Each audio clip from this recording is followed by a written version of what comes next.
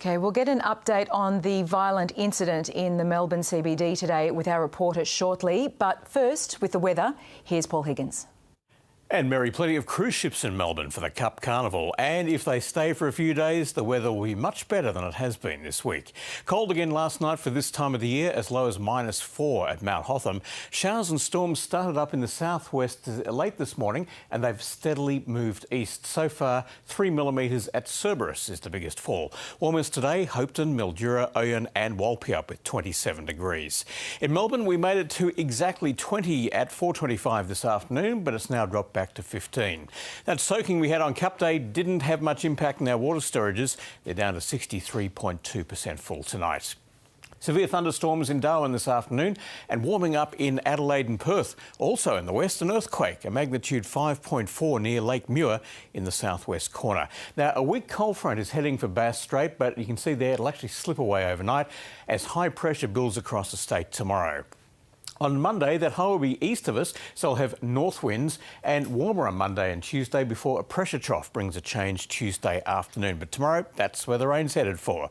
A dry Saturday for Perth, Adelaide, Canberra, Sydney and Brisbane, and in Hobart some possible showers. Back home, a few showers tonight in southern and mountain parts, and tomorrow you can see mostly near the coast. They should clear in the afternoon.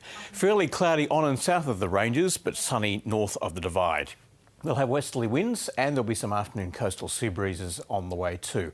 On the bays, a westerly at 10 knots in the morning, south to southeasterlies to 15 knots in the afternoon.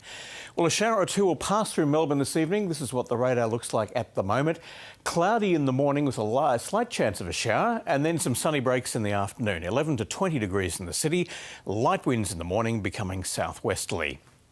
Remembrance Day Sunday. Mostly sunny with light winds for the armistice commemorations. 23 degrees the expected top.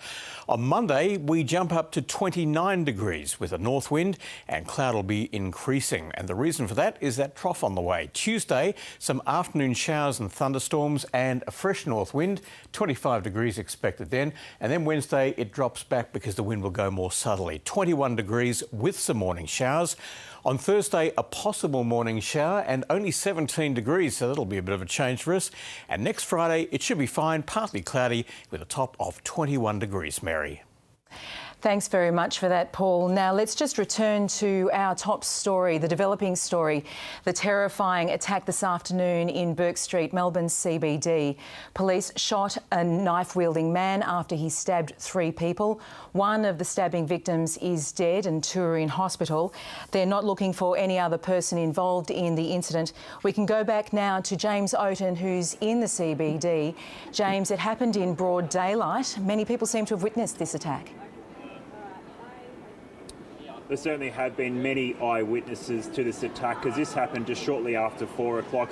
People were only finishing up their day at the office here in Melbourne CBD when they've heard a large bang. Many people have then rushed to their windows, rushed out to the street where they've seen a car on fire, and that's when people started to call police. What we now know from eyewitness accounts, and certainly a lot of mobile phone footage that has been shared both with the media and posted online, is that you can see that the alleged driver has gotten out of the car. He's then attacked police with a knife. They've tried to use batons to defend themselves, but in the end it seems that a taser has been deployed, and certainly police have confirmed that they did shoot the attacker.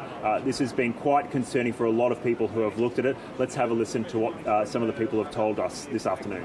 We saw a guy running across the tram tracks of Bourke Street and the police running backwards, and then we heard a gunshot go off, which was terrifying, and then we saw the car on fire on the right-hand side, and the police were telling us we couldn't come any further. And we all had to run backwards. We were all told to move backwards, and there was a guy laying just on the ground out the front on Bourke Street, and that was what we saw. Another eyewitness there. And James, what's happening there now? Well, we know that at least 2 people have been taken to hospital. The deceased person is has still been on scene, and there are emergency service workers here now. Police have got the whole area cordoned off, and they are warning people to stay away from the area. No one's been able to get out of their shops at the moment or get back into the scene at the moment. James Oaten, thank you very much for that report from the CBD. And that's it for now from the newsroom at South Bank. Stay tuned to the ABC on TV, radio and online for all the developing news about today's Bourke Street incident.